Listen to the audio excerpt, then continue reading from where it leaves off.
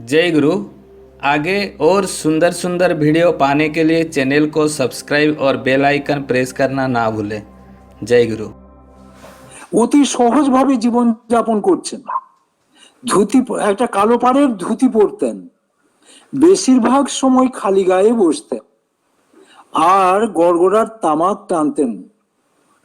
কিন্তু তার কি সেইটুকুর মধ্যে একটা বিশেষত্ব সবসময় দেখা যেত। কি সুন্দর করে তিনি সুরুক সুরুক করে গড়গড়ার নল টানতেন, দেখলে মানুষ মুগ্ধ বিস্ময়ে তার দিকে তাকিয়ে থাকতো। জগতের সমস্ত রূপের আধার, সমস্ত গুণের আধার তিনি দয়াল ঠাকুর। তাকে বুঝতে গেলে শুধু ভালোবাসা চাই, অন্তর ভরে তাকে ভালোবাসা, হৃদয় ভরে তাকে অনুভব করতে হবে, তাছাড়া তাকে বোঝা যায় না। তিনি দয়া করে মানুষের কাছে ধরা দেন, আর তাকে ধরার ভিতর দিয়ে মানুষ তার জীবনটাকে পরিশীলিত করতে পারে, সুন্দর করে গড়ে তুলতে পারে। যেমন একটা ভালো মানুষের সঙ্গ করলে ভালো ভাব সৃষ্টি হয়, অসৎ মানুষের সঙ্গ করলে অসৎ ভাবে বৃদ্ধি পায়।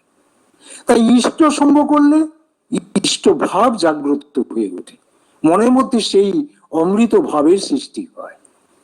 আপনারা যারা প্রিয় পরমকে গ্রহণ করেছেন, আজ ভারতবর্ষের বুকে কোটি কোটি মানুষ প্রিয় পরমকে নিয়ে চলছে। এই চলার ভিতর দিয়ে আমাদের প্রচলিত যে সংস্কার আছে, প্রচলিত যে সমস্ত আচার আচরণ, সেইগুলো আমরা আস্তে আস্তে পরিবর্তন করছি, দয়ালের ভাবে ভাবিত হয়ে চলার চেষ্টা করছি। এই করতে করতে আমাদের জীবনে পবিত্রতা আসছে, আমাদের মধ্যে নম্রতা আসছে, ভব্যতা আসছে, সীমিত জ্ঞান আসছে, কারণ আমরা ঠাকুরকে ভালোবাসি। তাই ঠাকুরকে ভালোবাসার ভিতর দিয়ে প্রতিটি মানুষকে ভালোবাসার ভাব সৃষ্টি হয়। দয়াল ঠাকুর বললেন, you are for the lord, not for others. You are for the lord and show for others. তুমি যেহেতু প্রিয় পরমের জন্য, প্রিয় পরমেই একমাত্র তোমার জীবনের উপাস্য, প্রিয় পরমই তোমার জীবনের আরাধ্য, তাকে ভালোবাসা ছাড়া তোমার অন্য কোনো উপায় নাই। আর তাকে ভালোবাসলে প্রতিটি মানুষকে ভালোবাসার মন সৃষ্টি হয়, প্রত্যেককে সেই দৃষ্টিতে দেখা। ঠাকুর খুব সুন্দর করে বলছেন, ঘটে ঘটে ইষ্ট স্ফুরণ, যখনই তোর হবে ব্রহ্মবোধের প্রথম ধাপটি, ঠিক পাবি তুই তবে। প্রতিটি ঘটের মধ্যে, প্রতিটি প্রাণের মধ্যে, প্রতিটি জীবের মধ্যে সেই প্রিয় পরম বর্তমান, তাকে অনুভব করতে হবে হৃদয় দিয়ে। তিনি প্রতিটি মানুষকে ভালোবেসে গেছেন সারা জীবন ধরে। তাই দয়াল ঠাকুর বলেছিলেন, মানুষ আপন টাকা পর, যত পারিস মানুষ ধর। মানুষকে আপন করে নেওয়ার সারা জীবন ধরে কত মানুষ তার ক্ষতি করার চেষ্টা করেছে, কিন্তু দয়াল ঠাকুর কাউকে দূরে সরিয়ে দেননি। তিনি সবাইকে আপন করে নিয়েছেন, সবাইকে ভালোবেসেছেন তিনি। সেই পাবনা থেকে ঠাকুর এলেন এই পুণ্যধাম দেওঘরে। এই দেওঘরে যখন এসেছিলেন, 100-এর বেশি মানুষ তার সঙ্গে এসেছিল। এই রুক্ষ জায়গা, শুষ্ক জায়গা, পাহাড় জায়গা, এখানে বন জঙ্গল ছিল, এখানে বসবাস করার ঠিক উপযোগী পরিবেশ ছিল না। কিন্তু পরম দয়াল আসার পর এই মহানগরীতে পরিণত হলো। তার অমৃত স্পর্শে, স্পর্শমণির ছোঁয়া পেলে প্রতিটি হৃদয় সোনা হয়ে ওঠে। তেমনি তার স্পর্শে মানুষ যখন এসেছে, তার ভালোবাসার স্পর্শে, তার চলনার স্পর্শে, তার কথা বলার স্পর্শে প্রতিটি মানুষের হৃদয় সুন্দর হয়ে ওঠে। তাই তো লক্ষ লক্ষ মানুষ সারা বছর ধরে এই পুণ্যধাম দেওঘরে ছুটে আসে। এখানকার মাটিতে মাথা ছোঁয়ায় পরম দয়াল যে বিচরণ করছেন, এখানে পরম দয়াল যে এখানে লীলা করে চলেছেন। আজ 50 বছরের অধিক কাল দয়াল ঠাকুর তার লীলা সম্বরণ করেছেন, কিন্তু তবুও তার লীলা এখানে বর্তমান আচার্য পরম্পরার ভিতর দিয়ে, আচার্য দেবের ভিতর দিয়ে তিনি লীলা করে চলেছেন। তাই তিনি বললেন, ইষ্ট গুরু পুরুষোত্তম, প্রতীক গুরু বংশধর, রে তো শরীরে সুপ্ত থেকে জ্যান্ত তিনি নিরন্তর। তিনি নিরন্তর জীবন্ত হয়ে আছেন আচার্য পরম্পরার ভিতর দিয়ে। তাকে অনুসরণ করার ভিতর দিয়ে সেই প্রিয় পরমকেই অনুসরণ করা হয়। আচার্যদেবের নির্দেশ মেনে চলার ভিতর দিয়ে সেই প্রিয় পরমেরই নির্দেশ মেনে চলা হয়। তাই আচার্যদেবের সঙ্গের ভিতর দিয়ে সেই পরম দয়ালের দর্শন হয়। কারণ তার কথাবার্তা, তার চলন, তার সমস্ত কিছুর মধ্যে প্রিয় পরম জাগ্রত হয়ে ওঠেন, জীবন্ত দর্শন হয় তার ভিতর দিয়ে। তা সেই আচার্যদেব প্রতিনিয়ত তিনি মানুষের কল্যাণ করে চলেছেন।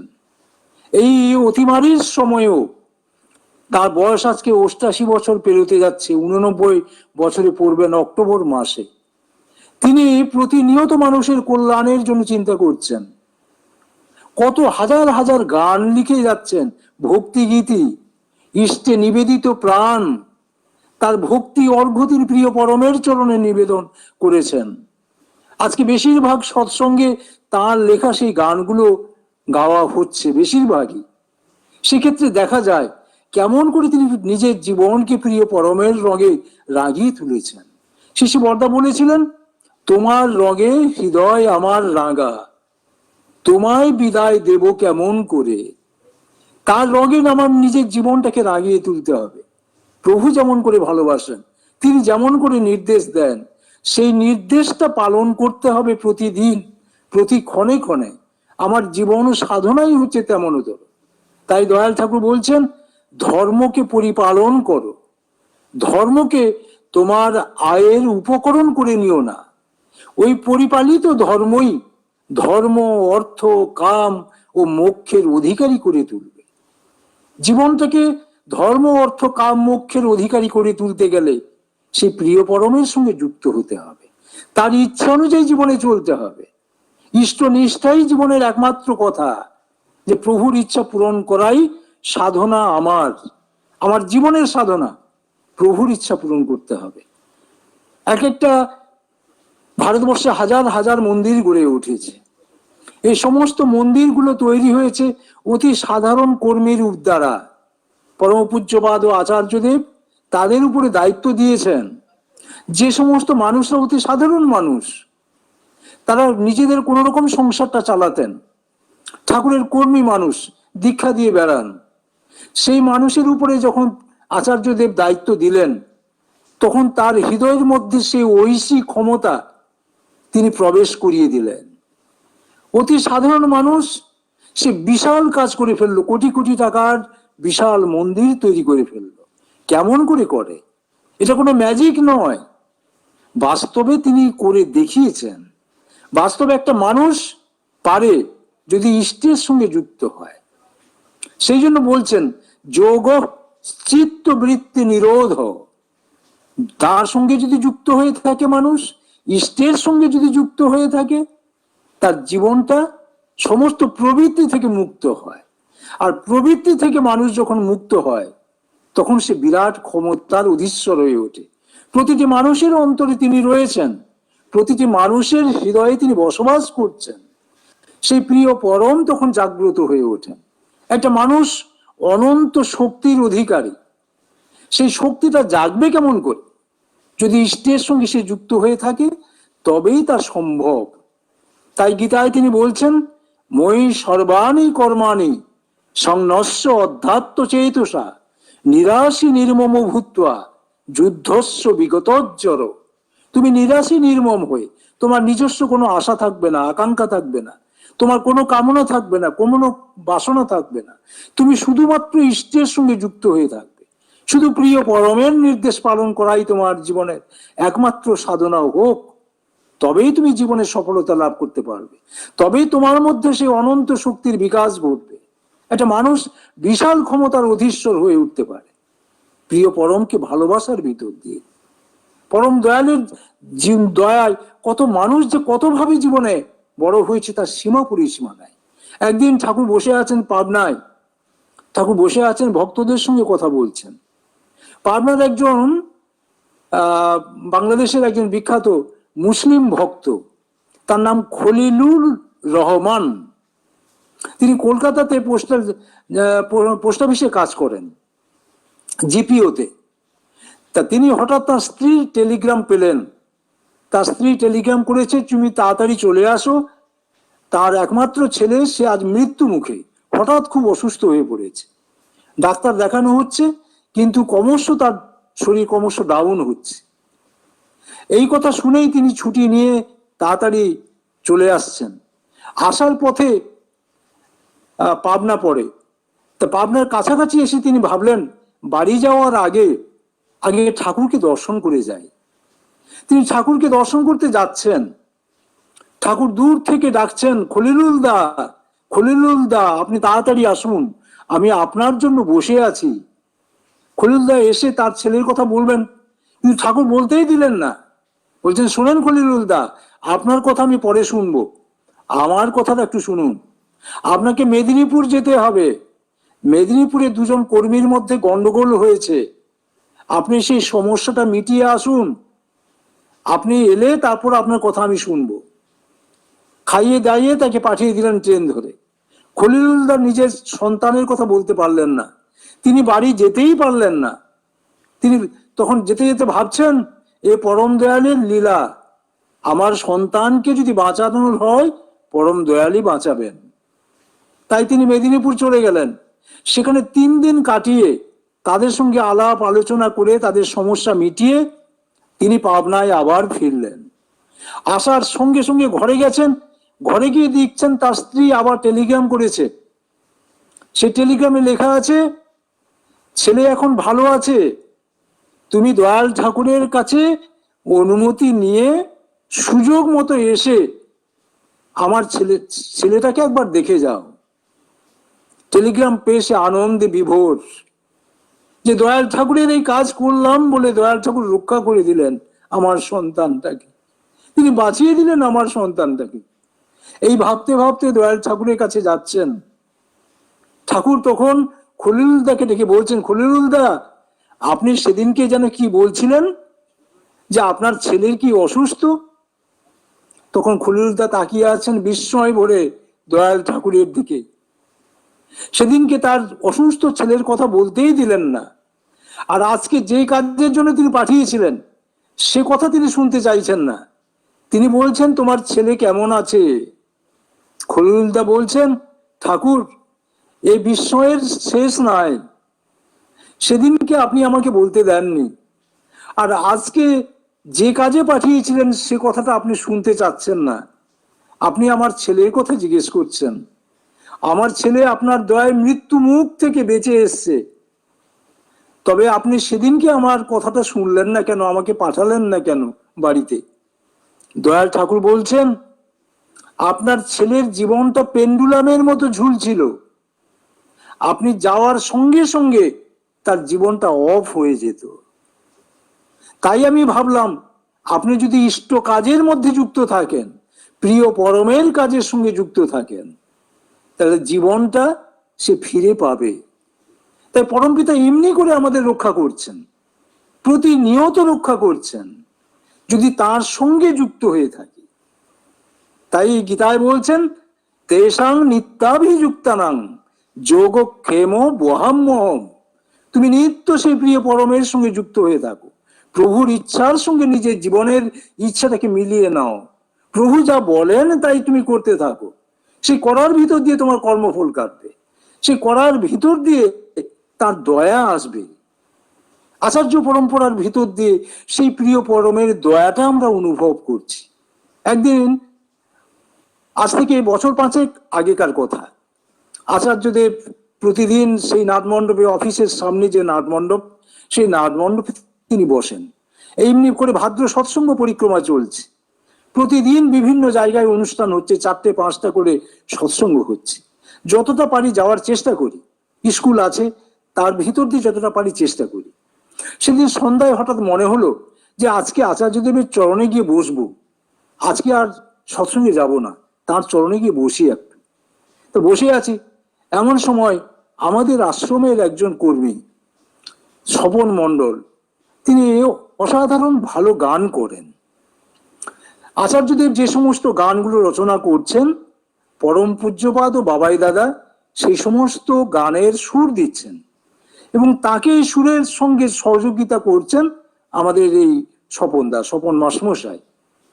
তো স্বপনদা আসার সঙ্গে সঙ্গে আচার্যদি বলছেন, স্বপন তুই আজকে গান শোনাবি না?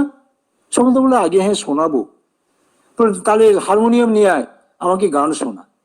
স্বপনদা বসছেন, প্রায় সহস্রাধিক মানুষ, গোটা ফিলান্থ্রপি পর্যন্ত বহু মানুষ, কাতারে কাতারে মানুষ বসে আছে, আমরা সবাই বসে আছি। তা এমন সময় আচার্যদেব প্রথমে রবীন্দ্রসঙ্গীত করতে বললেন। কয়েকটা রবীন্দ্রসঙ্গীত তিনি বেছে বেছে বলে দিলেন, সেইগুলো হলো। তারপর কয়েকটা ভজন কীর্তন করা হলো, তারপর কয়েকটা আধুনিক গান করা হলো, তারপর ঠাকুরের ছড়ার গান করা হলো।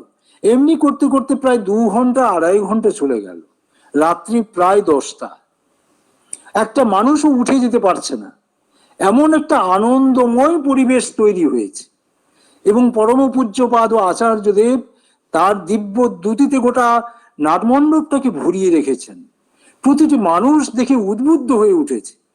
তার দিব্য ভাবে যে বিচ্ছুরণ, সে বিচ্ছুরণ না দেখলে বোঝা যাবে না। তেমন তো একটা দৃশ্য আমরা দেখে মুগ্ধ হয়ে যাচ্ছি, তার দিকে অপলক দৃষ্টিতে তাকিয়ে আছে। কি আনন্দময় সেই পরিবেশ। এমন সময় তিনি বলছেন, স্বপন তুই যে সমস্ত গানগুলো আজকে আমাকে শোনালি, সেই গানগুলোর শুনে আমি অত্যন্ত তৃপ্ত হয়েছি, আমি খুব খুশি হয়েছি, বুঝলি? আমি তোকে একটা পুরস্কার দেব। তা আমরা উঠতে পারছি না, মালিক কি পুরস্কার দেবেন তাকে, সেটা দেখার জন্য আমরা ব্যাকুল হয়ে বসে আছি। তখন আচার্যদেব মাইকটা নিয়ে বলছেন, 1956 সাল, শ্রী শ্রী ঠাকুর তখন জামতলার শ্রী অঙ্গনে বসবাস করেন। কয়েকজন ভক্ত বসে আছেন, ঠাকুর তাদের সঙ্গে কথা বলছেন।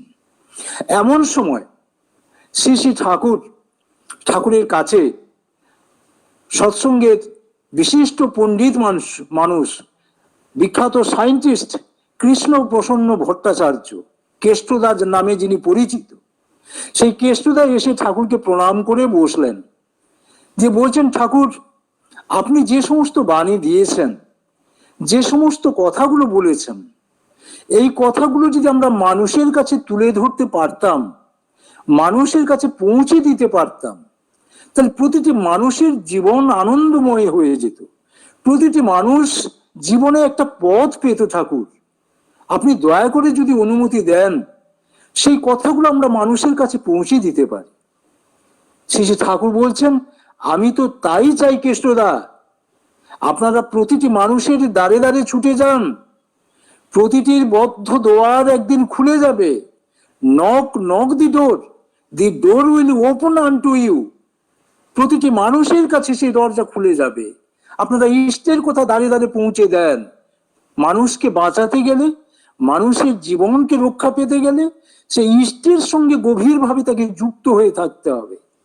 এই কথাগুলো বলতে বলতে হঠাৎ ঠাকুর বলছেন, জানেন কেষ্টদা, আমি অতি মূর্খ মানুষ, আমি কিছুই জানি না, আমি নাংলা মানুষ, অতি সাধারণ মানুষ। আর তা না হলে জানবেন, আমি সেই আমি সেই আমি সেই। আচার্যদেব এমন করে দেখালেন সেদিনকে, যেন পরম দয়ালে তার মধ্যে জাগ্রত হয়ে উঠেছেন। সেই অপূর্ব দিব্য মুখমণ্ডল দেখে আমরা হাজার হাজার মানুষ চোখের জল শুধু ফেলছি, যেন দিব্য দর্শন সেই প্রিয় পরম জাগ্রত হয়ে উঠেছেন আচার্যদেবের ভিতরে। সেই অপূর্ব দর্শনে মুগ্ধ হয়ে গেলাম আমরা। তাই তিনি আচার্যদেবের ভিতর দিয়ে সেই প্রিয় পরম প্রতিনিয়ত লীলা করে চলেছেন। তার অসীম করুণা, শুধু ভালোবাসতে হবে তাকে, হৃদয় দিয়ে জীবন সঁপে দিতে হবে তার চরণে। তার নির্দেশ পরিপালনের ভিতর দিয়ে জীবনটাকে সুন্দর করে ফেলুন। ঠাকুর বলছেন, ঈশ্বরের ভালোবেসে যার যেমনই তৃপ্ত প্রাণ, সেই তো পারে ভর দুনিয়ায় করতে তেমনি শান্তি দান। আমরা প্রতিটি মানুষের দ্বারে যাচ্ছি, মানুষকে ইষ্টের পথে নিয়ে আসার চেষ্টা করছি, যজন করছি, যাজন করছি, মানুষকে ইষ্ট পথে অনুপ্রাণিত করছি। কিন্তু আগে তো লক্ষ্য করতে হবে আমার নিজের জীবনটাকে, আমি কতখানি প্রভুকে ভালোবাসি, আমার জীবনটা কতখানি প্রভুর রঙে রাঙিয়ে উঠাতে পেরেছি। এমন তোর ভাবনা যদি জীবনে না থাকে, আমার নিজের চরিত্রটাকে যদি সঠিক না করতে পারি, বৃত্তি প্রবৃত্তি রঙিন যে জীবন, সেই জীবন থেকে বৃত্তি প্রবৃত্তিকে তাড়াতে হবে, ইষ্ট ভাবে ভাবান্বিত হতে হবে, প্রিয় পরমের রঙের নিজেকে রঞ্জিত করতে হবে। তবে তবে অপরের জীবনটাকে আমরা রঞ্জিত করতে পারবো। আমরা মানুষের সঙ্গে কথা বলতেই জানি না। হয়তো মন্দির করেছি, মন্দিরে থাকি আমরা 8 জন 10 জন 12 জন মন্দিরে থাকি, কিন্তু সেই মন্দিরের প্রতি প্রত্যেকের সঙ্গে সম্পর্ক ঠিক নাই, ভালোবাসার সম্পর্ক নাই, কেউ কাউকে সহ্য করতে পারি না, একে অপরের দোষ দেখি, একে অপরকে ছোট বলে মনে করি।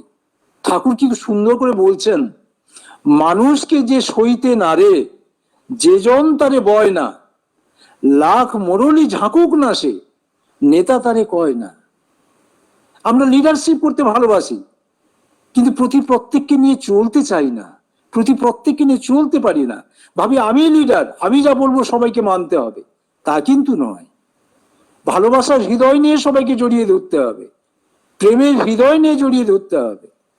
হয়তো আমরা, পরম পূজনীয় বাবাইদা বলছেন, হয়তো আমরা এক মন্দির থেকে আরেকটা মন্দিরে গেছি, সেখানে কিছু অপরিষ্কার আছে, সেখানে কিছু তাদের অভাব অভিযোগ আছে, সেখানে তাদের কিছু অসুবিধা আছে।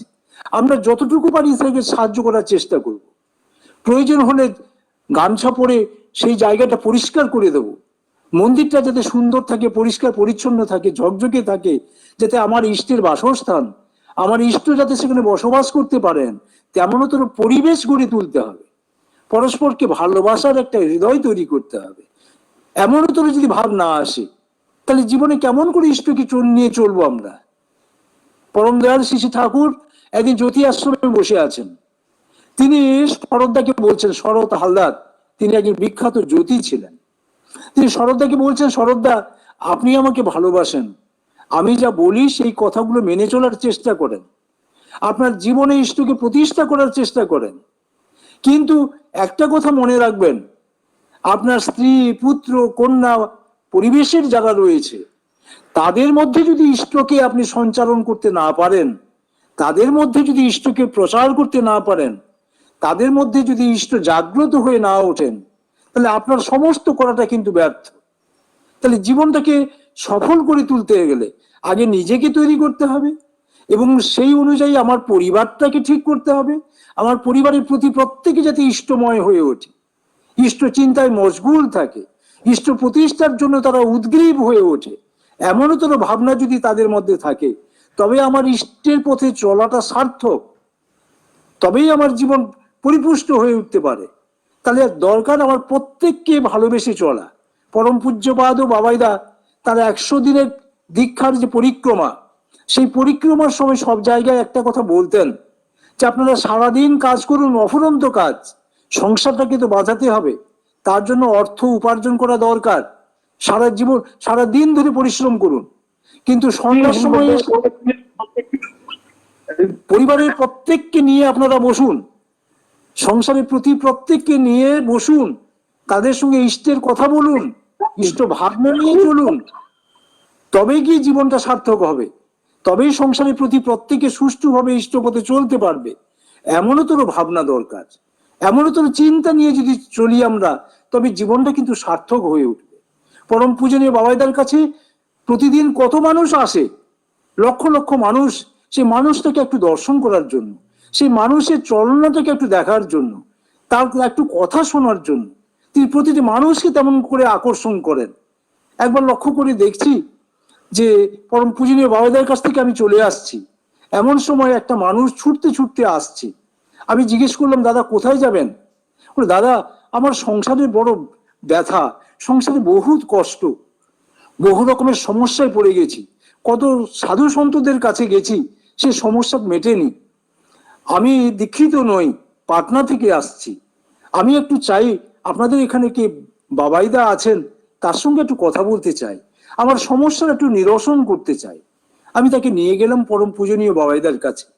বাবাইদা তার সঙ্গে কথা বললেন, আধা ঘন্টা ধরে তার সঙ্গে কথা বলেছেন, তার অন্তরে সমস্ত ব্যথাটা ব্লোটিং পেপারের মতো শুষে নিয়েছেন। সেই মানুষটা যখন ফিরে যাচ্ছে, সে দীক্ষিত মানুষ নয়, কিন্তু সে বলে যাচ্ছে কি, যে জীবন্ত ভগবানকে দর্শন করলাম, যা তার এতদিন যে কোনো সমস্যার সমাধান হয়নি, তিনি তার কাছে এসে সমস্ত সমস্যার সমাধান পেয়েছেন। তাই দয়াল ঠাকুর বলছেন, সর্ব সমস্যার সমাধান জানিস ইষ্ট প্রতিষ্ঠান। অর্থাৎ সর্বস্বার্থের সমাধান, সর্বস্বার্থের সমাধান। প্রতিটি মানুষের জীবনে যে সমস্ত স্বার্থ রয়েছে, যে সমস্ত সমস্যা রয়েছে, জীবনের যত রকমের সমস্যা, তার সমস্যার সমাধান হতে পারে ইষ্টের সঙ্গে যুক্ত হওয়ায়, প্রভুকে ভালোবাসায়। প্রভুকে ভালোবাসলে মানুষ সমস্ত কিছু থেকে মুক্তি পেতে পারে। তাই দয়াল ঠাকুর বলছেন, বিধির নীতির একটু বেচাল, একটু বেসামাল, দক্ষতাহীন শিথিল চলন, ভাগেই জীবন তাল। আমরা যদি ইষ্টের সঙ্গে যুক্ত না হই, বিধির নীতির সঙ্গে যুক্ত না হই, প্রভুর ইচ্ছা পূরণ করার চেষ্টা না করি, তাহলে জীবনটা বেচালে চলে যাবে। এই বেতালে যখনই চলবো, জীবনটা ভেঙে টুকরো টুকরো হয়ে যাবে, জীবনের সার্থকতা আসবে না, জীবনটা নষ্ট হয়ে যাবে। তাই প্রিয় পরমকে ভালোবাসতে হবে। আচার্য পরম্পরার ভিতর দিয়ে সেই প্রিয় পরম জাগ্রত হয়ে আছেন। দয়াল ঠাকুরের কাছে প্রার্থনা করি, আপনারা প্রত্যেকে সেই ইষ্টের সঙ্গে যুক্ত হয়ে নিজের জীবনকে সার্থক করে তুলুন, অমৃতময় করে তুলুন। প্রতিটা জীবন প্রিয় পরমের সঙ্গে সম্যক রূপে যুক্ত হোক, এই প্রার্থনা জানাই দয়ালের কাছে। আপনারা ভালো থাকুন, সুখে থাকুন, আনন্দে থাকুন, দয়াল আপনাদের মঙ্গল করুন। এই বলে আমার বক্তব্য শেষ করলাম। জয় গুরু, বন্দে পুরুষোত্তম।